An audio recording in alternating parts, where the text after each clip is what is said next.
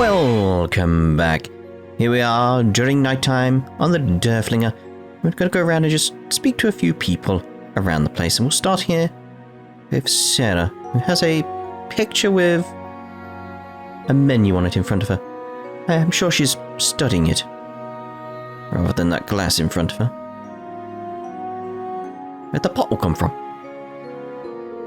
What's the matter? Can't sleep?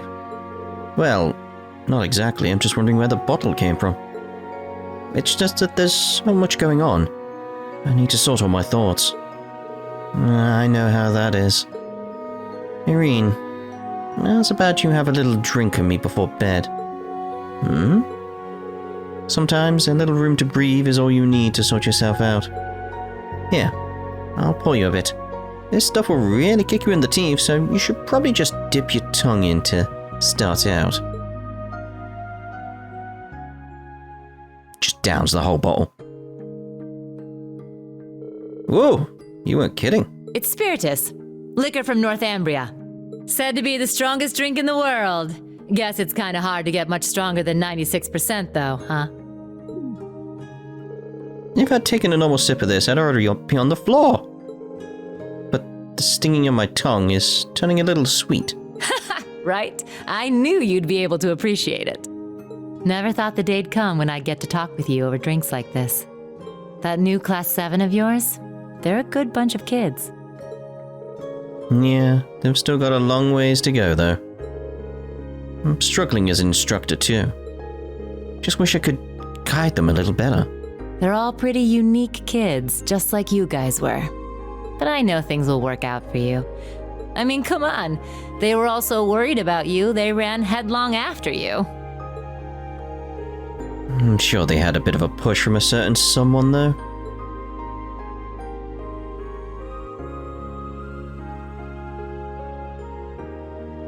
You already knew, didn't you? Who those purple Jaegers are. Yes. What they said brought back some complicated feelings. At first I wasn't sure, but when I saw your reaction, I knew. That's so. Guess I've still got a ways to go myself in that case. Back then, during the Northern War, I couldn't do a thing. Spent all my time getting rid of all the archaisms that were let loose on the city. All the higher-ups in the Northern Jaegers, the ones who worked with Ouroboros, got away. If I'd captured them, Northumbria's government would have called for a ceasefire. Would have stopped the annexation.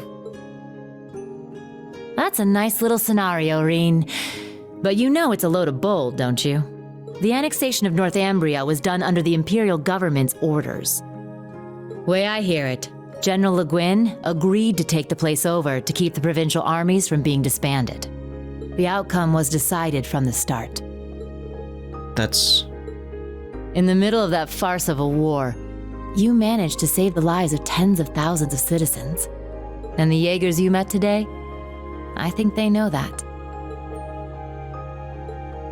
But maybe it was impossible from the start. Fixing a country already being destroyed from within by Jaegers. He probably knew that too. Who? Whoopsie. Well, you see, he was...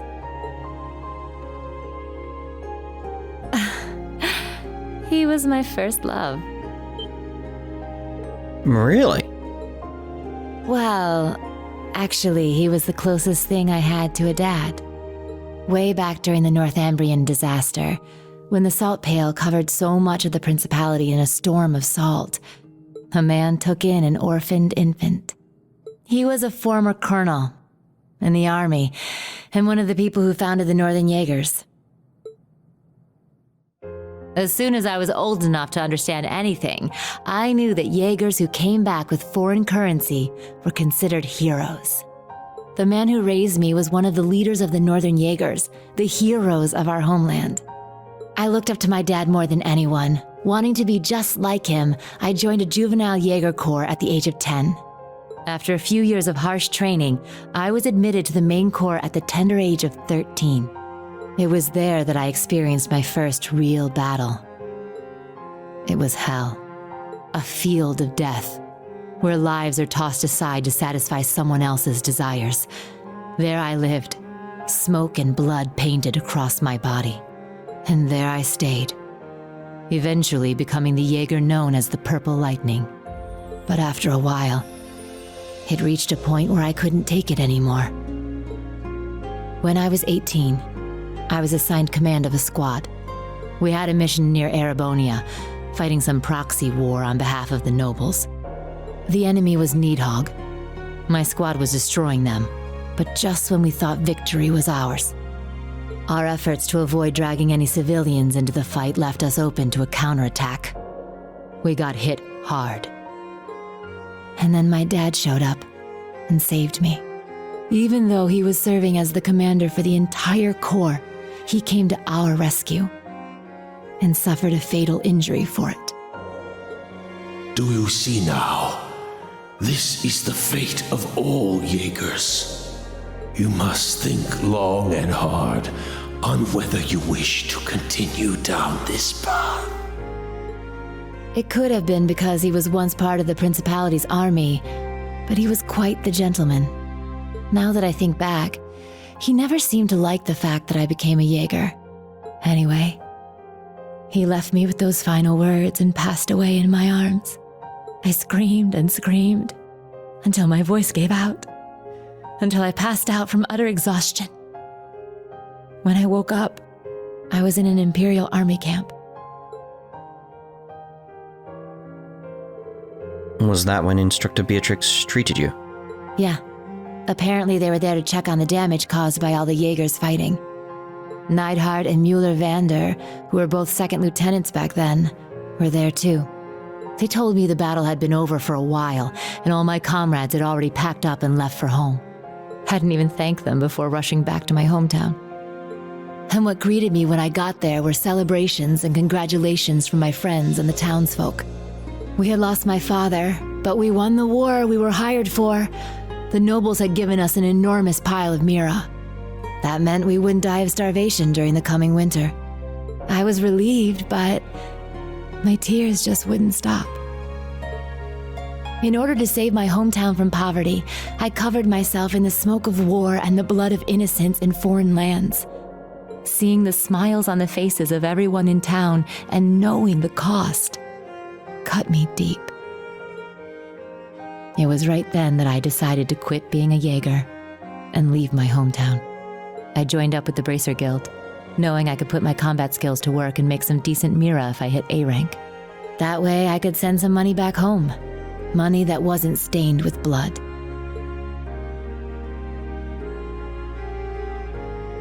I finally understand the true origin of your strength and kindness. I'm not strong or kind, but I think I've finally started to get closer. Little by little. Closer to being like the man I admired so much. My dad. My commander. And my first love. Sara. But it makes sense now. No wonder you fall for all the silver foxes. Yeah? No getting around the fact that I've got myself the daddy of all father complexes. I don't know, look who's sitting next to you. But you know, lately I found myself attracted to some younger guys. Huh? Ah. You got me talking too much. You don't watch yourself, you could make a real dangerous womanizer. Well, with that, I bid you good night and sweet dreams.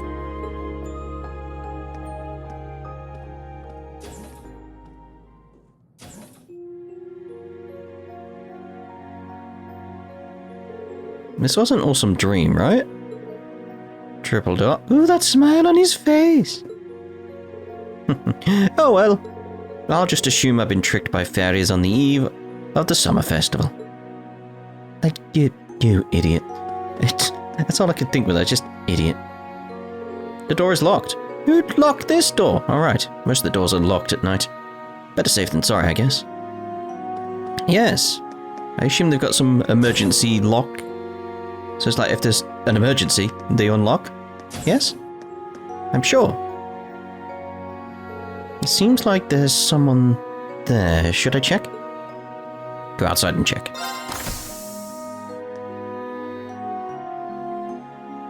That's enough, Claire. Though you have the Chancellor's protection, your actions today are only going to come back to bite you.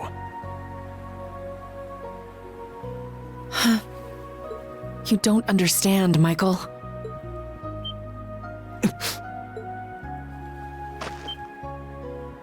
Show Who's yourself. That was careless of me. Forgive me, I didn't mean to overhear. Rean. Schwarzer. I don't appreciate you eavesdropping. I've said my piece, but I advise you to really think this over. Unless you want what happened 10 years ago to shackle you forever.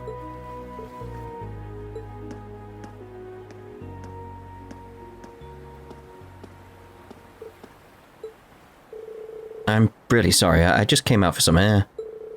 Well, I've got an early morning tomorrow, so I should probably... Rean? Can we talk? Just for a little while.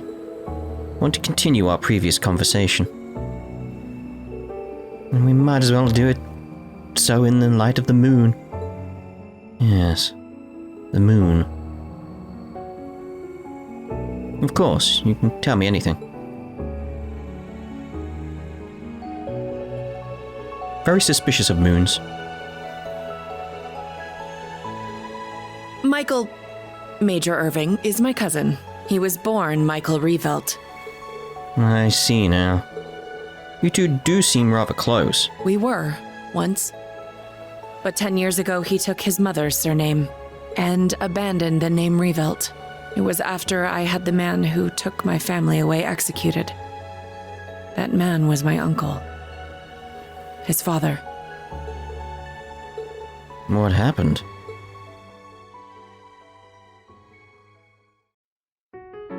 Perhaps you're familiar with the Reveldt Company? They're known for making musical instruments. Well, they were originally located in St. Arc. My father was the president, and my uncle the vice president. The company was doing well, but more importantly, our family was happy. Until an horrible car accident. There weren't many of them on the roads back then. A stolen truck crashed into us. Then its driver disappeared into the night. In the end, they never found him. It became a cold case. My parents and my little brother died in that accident. But by some miracle, I survived, and my uncle's family took me in. After my father's death, my uncle took control of the company. Though I was grateful to him for taking me in, I couldn't help but ask myself, why was I the only one to survive? Soon after that, while looking through my father's things, I found the account books.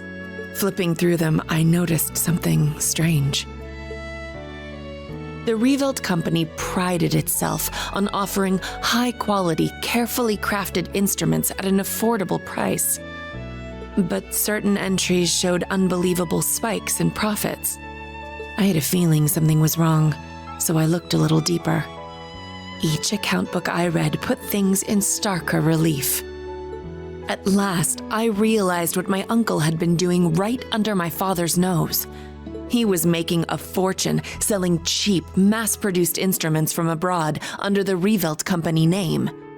He even had the gall to commission a product he could sell as Maestro Class to scam people out of even more money. I knew Father must have noticed his brother's wrongdoing and planned to question him. But before he could, the accident took his life. When I confronted my uncle about this, he was surprisingly candid. "You've got no proof. And if you did have any, I've got several powerful nobles ready to back me up should it come to that. Even if you talk, the most suspicious part of that accident is that you're the lone survivor. Good luck getting anyone to listen to you." I was angry, yes. But more than that, I was heartbroken. I didn't know what to do with myself. Until he showed up. I was a friend of your father's in military school. I thought the accident seemed peculiar. Do forgive me for allowing you to suffer for so long on your own. Somehow, he knew the truth behind the accident. Yes. But the fact that I knew took him aback for a moment. Until he said, You have a gift. Enhanced cognition.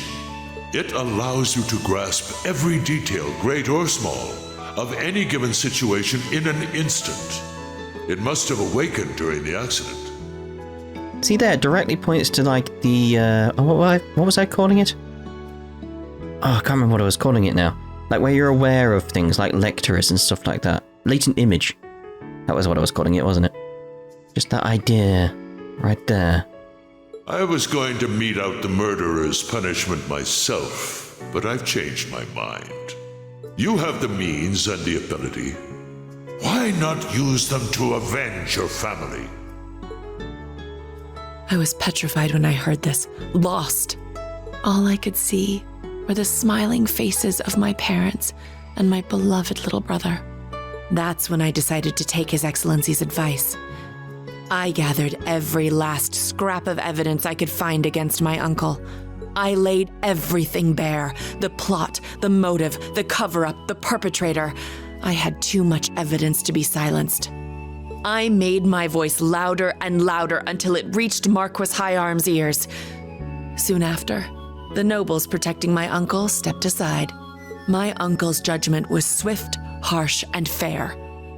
He was put to death for his actions. I had my revenge. But it came at a price. I lost my family and my hometown. As soon as the company was in my control, I gave the rights to a longtime employee. All so I could enroll in the military academy suggested by His Excellency. All so I could enroll in Thors. Claire. Finally understand of why you hold Chancellor Osborne in such high regard, and why, once in a while, I see sadness in your eyes. And it seems to me that Major Michael is worried about you. His tone may have been harsh, but it came from a place of concern. You're right. It was sheer coincidence that we both joined the RMP. But he's always looked out for me, both as a superior officer and as a colleague. Not that I've ever felt like I deserved it. I gave in to my desire for vengeance and mercilessly sent my own uncle to his death. 10 years ago, my aunt and my cousins cursed my name as I robbed them of the man they loved. I imagine they must still hate me for what I did. I don't think so. Not exactly. At the very least, it's clear that Major Michael really cares about you. Everyone who knows you, well, even Instructor Sara, who isn't your biggest fan, respects you too much to hate you. Milliam and Major Lecter, Elise and Princess Alphen, Una, the original Class 7, and me, of course. We all hold you in the highest regard. Rean.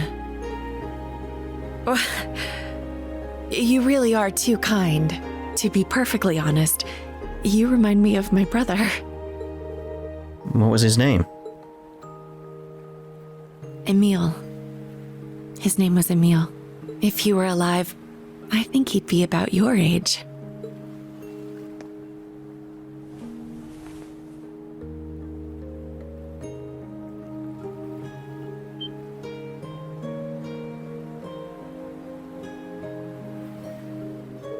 Yeah.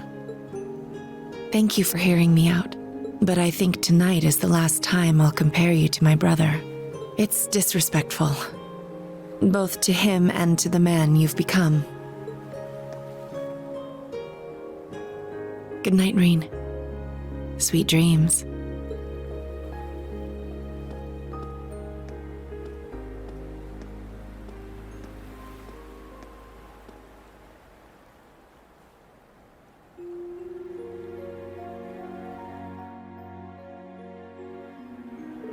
Jeez, what a day. I'm not surprised that I feel wide awake, but it's weird that my heart feels so light. Get the feeling that I'm gonna sleep well tonight. Better head back to my room. And you say that, but I want to see about speaking to Valimar. Can't get in this way, can I? Need to speak to Valimar, the Ashen Knight. Wait, can... Like, is there any door that's actually, like, would let me in? There we are. Just where didn't have the yellow marker. I need the yellow marker. I don't understand where to go if I don't have a yellow marker. It just feels so wrong. Alright, so... should just be Valimar now. Even though it's like, talk to everyone who's still up. Like, would you count him as still up? Does he even sleep? Rean? Can't get to sleep. Nah, I just couldn't resist the sight of that gorgeous moon, or the calming sound of the waves. That thing I showed you is called Zector. Sorry, that's the most I'm gonna say on that one. Valimar. Does the name Zector ring any bells?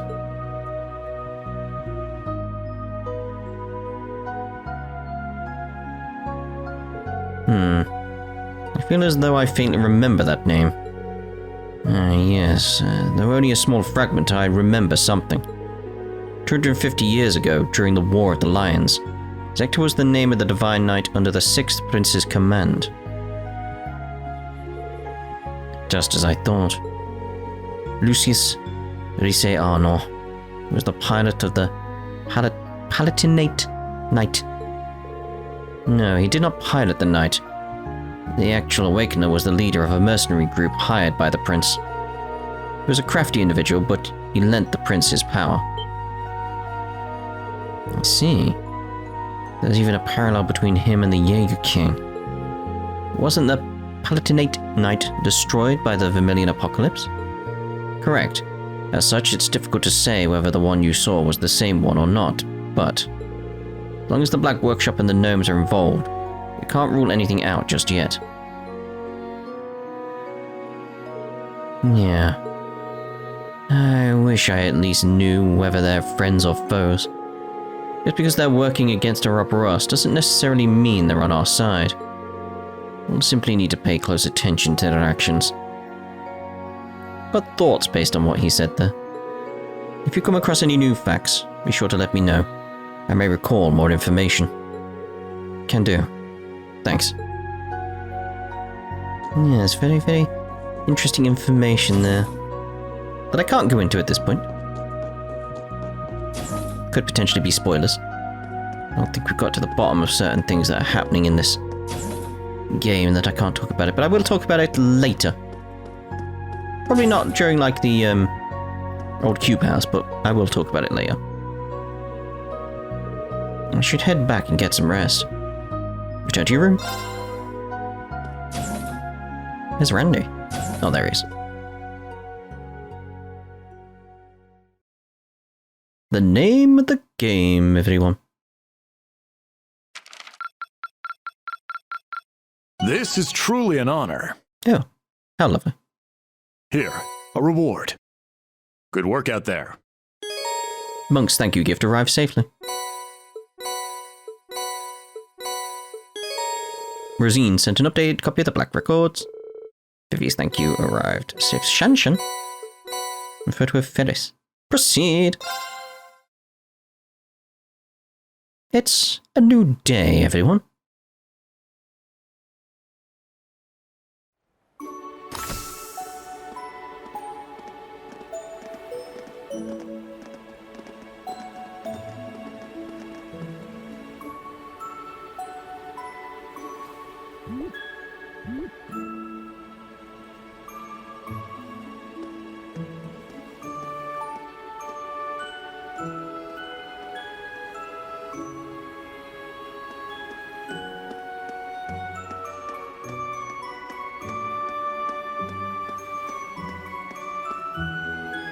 Well, there's the horse, finally.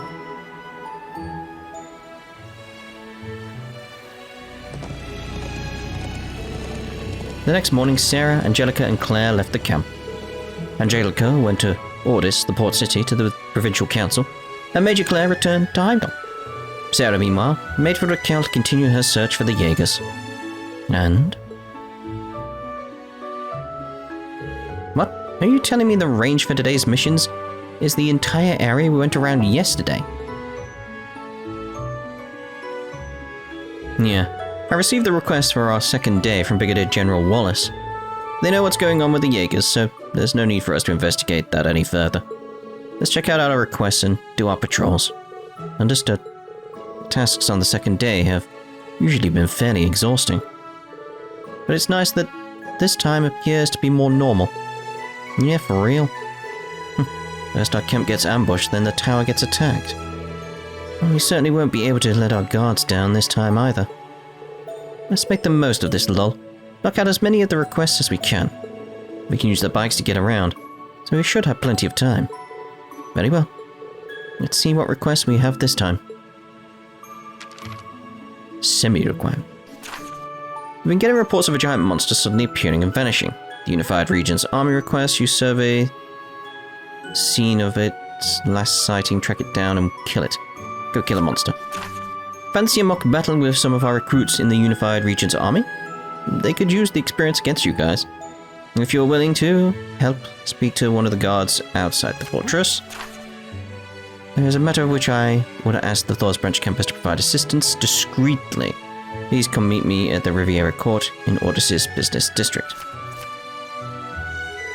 This one seems kind of weird. A gigantic monster that appears and vanishes suddenly. Could it be? Reminds me of the cryptid we encountered in Crossbell. Yeah, let's check it out, see if we have the time. It's near the valley. Maybe I should contact Sara. This other one is a training request from Juno Naval Fortress. Would appear we'll be practicing against provincial army soldiers. Sounds like my idea of a good time. They're supposed to be pretty good, yeah? I guess we can ask them about yesterday while there. So I'm fine with that. Looking at all our options makes it difficult to decide where to go first. Yeah, but there's no rush. Take your time. Alright, with that, day 2 of our special ops missions has officially begun.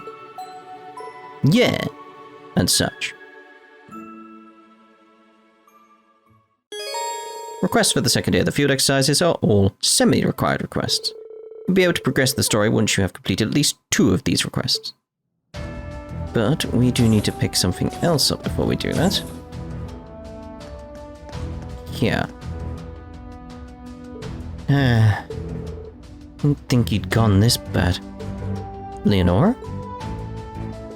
What's wrong? That was a pretty hefty sigh. Is there a problem with someone you know? Yeah, actually, an old comrade of mine from the same escort fleet. He's 7 years older than me and was part of our special attack force. His name's Herman. The escort fleet's special attack force? Yeah, in terms of his fighting skills, he was always a notch above everyone else in the group. Apparently he's doing some security work somewhere now. What about him? The way I hear it, he's got himself involved in some pretty shady stuff recently. Seems like what he's doing is pretty much extortion. Hearing that makes me mad, embarrassed, frustrated. So you're saying that guy wasn't like this before? Yeah, he was always quick to fight, but as far as I know, he wasn't the type of guy to start getting into such underhanded stuff. So I went to go ask him about it to his face yesterday. He told me he decided he was done being the one getting taken from, and he was going to do the taking from now on. Oh. Our Civil Whale fleet was broken up by the government after the Civil War. I thought that even if we all got scattered, our pride would last forever. So I'm so completely disappointed with that guy. In the bottom of my heart. Leonora. None of Leonora's comrades from her days with the escort fleet. Based on what she said, doesn't seem like he's a bad guy. Wonder if there's a way to get Leonora's feelings across to him. So I'm thinking we'll use this as an opportunity to actually end this part, and in the next part we'll head on out. Probably do, where is it? There's a tale of 2 shops, because that one we just picked up is connected to that one. So we'll see about that in the next part. Ta-ta for now.